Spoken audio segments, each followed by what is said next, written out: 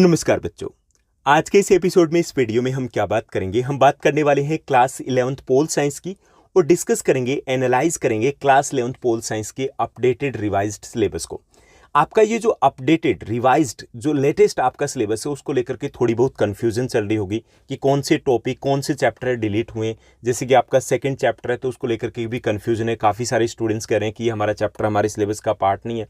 कुछ स्टूडेंट्स ये कह रहे हैं कि नहीं, इसके कुछ टॉपिक्स हमारे सिलेबस में अभी भी बचे हैं। तो क्या एग्जैक्टली ऐसा कुछ सीन है? बाकी चैप्टर के साथ भी कुछ ऐसा ही सीन है? तो वो सारी चीज़ें हम यहाँ पर डिस्कस करेंगे। साथ ही साथ आपके चैप्टर को हम एनालाइज भी करेंगे कि ये जो आपके चैप्टर्स है उसमें क्या रहने वाला है, कितना चैप्टर इंपॉर्टेंट रहेगा आपकी नेक्स्ट क्लास के लिए, वो चीज़ें भी हम डिस्कस करेंगे।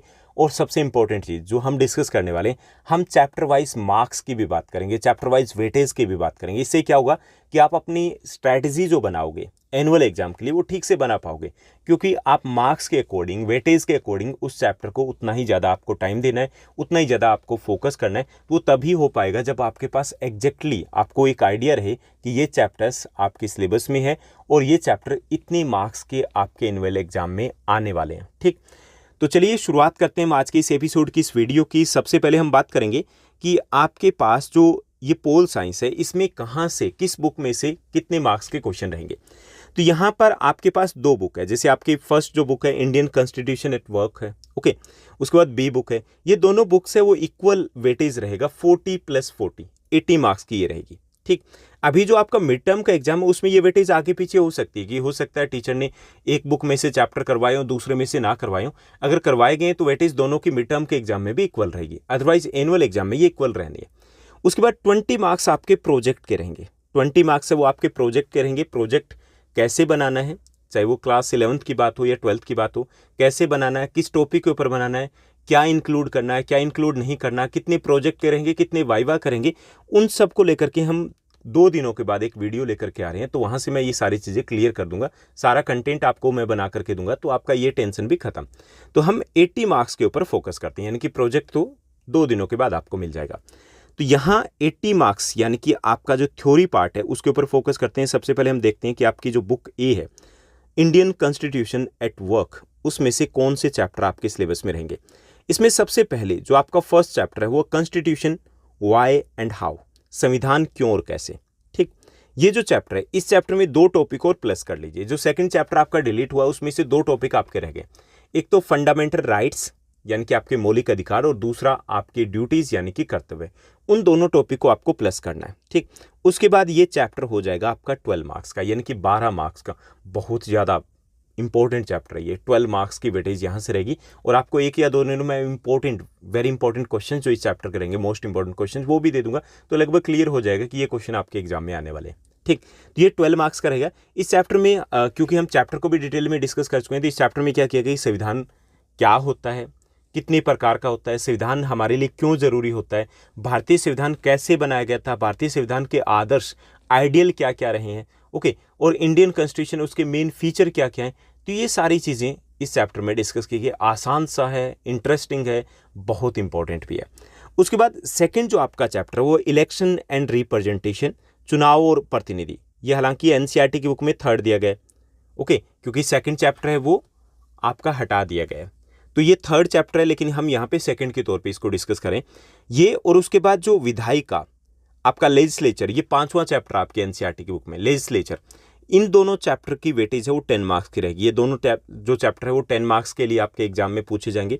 जैसे आपका चुनाव और प्रतिनिधि ईजी सा चैप्टर है आपका, 9th क्लास में एक आपने चैप्टर किया था इलेक्ट्रल पॉलिटिक्स, ओके, चुनावी राजनीति। वो पूरी की पूरी एज इट इज पॉलिटिक्स यहाँ दी गई। इलेक्शन क्या होते हैं, क्यों होते हैं, कैसे होते हैं, कौन चुनाव लड़ सकता है, कैसे लड़ सकता है, ये सारी चीज़ें इस चैप्टर में दी गई। इंटरेस्टिंग सी चीज़ें हैं, आधे से ज़्यादा चीज़ें आपको पहले से पता है, सारे कंसेप्ट आपके क्लियर है।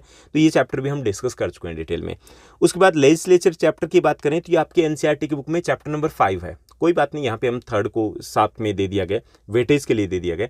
इसमें बात की गई विधायिका की, यानी कि हमारी पार्लियामेंट की बात की गई, संसद के दोनों जो सदन अंग है उनकी बात की गई, लोकसभा की बात की गई, राज्यसभा की बात की गई, उनकी शक्तियां क्या है, उनके कार्य प्रणाली कैसी होती है उसकी बात की गई, थोड़ी सी विधानसभा की बात की गई। तो ये 2 चैप्टर रहेंगे, ये आपके 10 मार्क्स के रहेंगे। दोनों ही चैप्टर छोटे छोटे चैप्टर हैं और बिल्कुल ऐसा कुछ भी नहीं है जो आपको समझ में ना आता हो, क्योंकि इनमें से काफ़ी सारे कंसेप्ट आप पहले पढ़ चुके हो। क्लियर। ये जो आपकी 11th क्लास की पोल साइंस है ना, बड़ी मज़ेदार है, बहुत आसान है।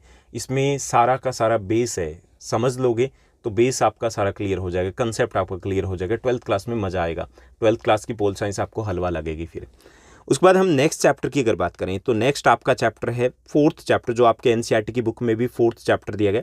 ये आपका द एग्जीक्यूटिव यानी कि कार्यपालिका। इसमें बात की गई है कार्यपालिका की। कार्यपालिका कौन सा अंग होता है? सरकार का वो अंग जो कानूनों को लागू करता है। इसमें आ जाते हैं जैसे प्राइम मिनिस्टर हो गए, मंत्री हो गए, चीफ मिनिस्टर हो गए, मुख्यमंत्री हो गए, मंत्री हो गए, राज्यपाल, राष्ट्रपति, वो सब कुछ आ जाते हैं, ऑफिशियल भी आ जाते हैं। तो उन सब की बात की गई। और इसके साथ साथ जुडिशरी चैप्टर जो आपके एनसीईआरटी की बुक में छठा चैप्टर दिया गया। ओके, तो न्यायपालिका, इसमें हमारी न्यायिक व्यवस्था की बात की गई, सुप्रीम कोर्ट, हाई कोर्ट, उनके कार्य क्या है, उनकी शक्तियां क्या है, उनकी नियुक्ति कैसी होती है, वो सब कुछ डिस्कस किया गया। दोनों ही चैप्टर आसान है, उसमें से एग्जीक्यूटिव आ चुका है, जुडिशरी आपका कल चैप्टर आ जाएगा। तो ये दोनों चैप्टर 8 मार्क्स के रहेंगे आपके, यानी कि यहाँ से एक आपका 5 मार्कर क्वेश्चन रह सकता है। क्लियर। उसके बाद नेक्स्ट जो चैप्टर दिया गया फेडरलिज्म, संघवाद। आपने 10th क्लास में पोल साइंस पढ़ी होगी, उसमें दूसरा चैप्टर था संघवाद। वही सारी चीज़ें यहाँ पे दी गई, थोड़ा सा चेंज है, उसमें थोड़ा सा बदलाव है। तो ये चैप्टर बहुत आसान है। इसके साथ साथ 7th चैप्टर जो लास्ट चैप्टर रहेगा ये बुक का, वो है स्थानीय सरकार, लोकल गवर्नमेंट। इसी संघवाद चैप्टर में हमने लोकल गवर्नमेंट के बारे में पढ़ा था। आपने 8th क्लास में भी लोकल गवर्नमेंट के बारे में पढ़ा था, वहीं से ये कंटेंट उठाया गया, थोड़ा सा इंटरेस्टिंग बना दिया गया। तो ये दोनों चैप्टर आपके 10 मार्क्स के रहेंगे। क्लियर। यानी कि ये टोटल 7 चैप्टर आपके रहने वाले हैं। किस में से? ए बुक में से। फर्स्ट चैप्टर आपका सबसे इंपॉर्टेंट रहेगा 12 मार्क्स का, सेकंड और थर्ड 10 मार्क्स के, कार्यपालिका, जुडिशरी ये 8 मार्क्स के, संघवाद और स्थानीय सरकार ये 10 मार्क्स के रहेंगे। टोटल ये आपकी 40 मार्क्स की बुक रहेगी। उसके बाद बी बुक की अगर बात की जाए, पॉलिटिकल थ्योरी की बात की जाए, तो यहाँ पे पहला जो आपका चैप्टर है वह पॉलिटिकल थ्योरी, अन इंट्रोडक्शन, यानी कि ये जो हमारी पॉलिटिकल थ्योरी है, इंट्रोडक्शन इसमें दिया गया। इंट्रोडक्शन जो दिया गया यानी राजनीतिक सिद्धांत एक परिचय, तो ये आपका 4 मार्क्स का चैप्टर रहेगा। इसमें बात की गई कि राजनीतिक सिद्धांत और राजनीति क्या अलग अलग चीज़ है, दोनों में डिफरेंस क्या होता है, बेसिक कंसेप्ट दिया गया कि एक्चुअली में ये पॉलिटिक्स और पॉलिटिकल थ्योरी क्या होती है। पॉलिटिकल थ्योरी जो होती है, राजनीतिक सिद्धांत होती है, वो क्यों इंपॉर्टेंट होता है हमारे लिए, ये सब कुछ डिस्कस किया गया। ज़्यादा इंपॉर्टेंट चैप्टर नहीं और ज़्यादा क्वेश्चन भी नहीं बन रहे। ठीक।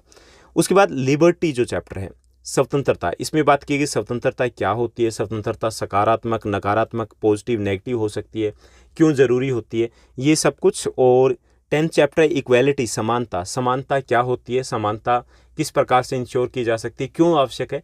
तो ये दोनों चैप्टर आपके 10 मार्क्स के रहेंगे। दोनों ही आसान से चैप्टर है। जो बी बुक है उसमें सारे चैप्टर आसान से, कुछ नया नहीं दिया गया। कंसेप्ट अगर क्लियर है तो दैट्स ऑल, कुछ नहीं आपको करना है।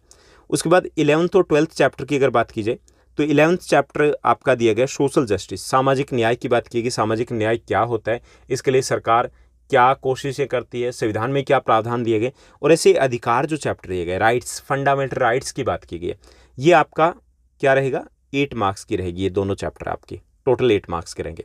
ऐसे ही आपका 13th चैप्टर नागरिकता, सिटीजनशिप, सिटीजन और सिटीजनशिप दोनों में डिफरेंस क्या है, ग्लोबल सिटीजनशिप, वैश्विक नागरिकता क्या होती है, इसकी ज़रूरत क्यों होती है, ये 13th चैप्टर में डिस्कस किया गया। 14th चैप्टर है नेशनलिज्म, राष्ट्रवाद क्या होता है, राष्ट्र प्रेम क्या होता है, राष्ट्र के प्रति लगाव क्या होता है, क्यों जरूरी है, किस तरीके से राष्ट्रवाद की भावना को विकसित किया जा सकता है, ये सारी चीज़ें डिस्कस करेंगे 14th चैप्टर में। ये आपका 10 मार्क्स का रहेगा।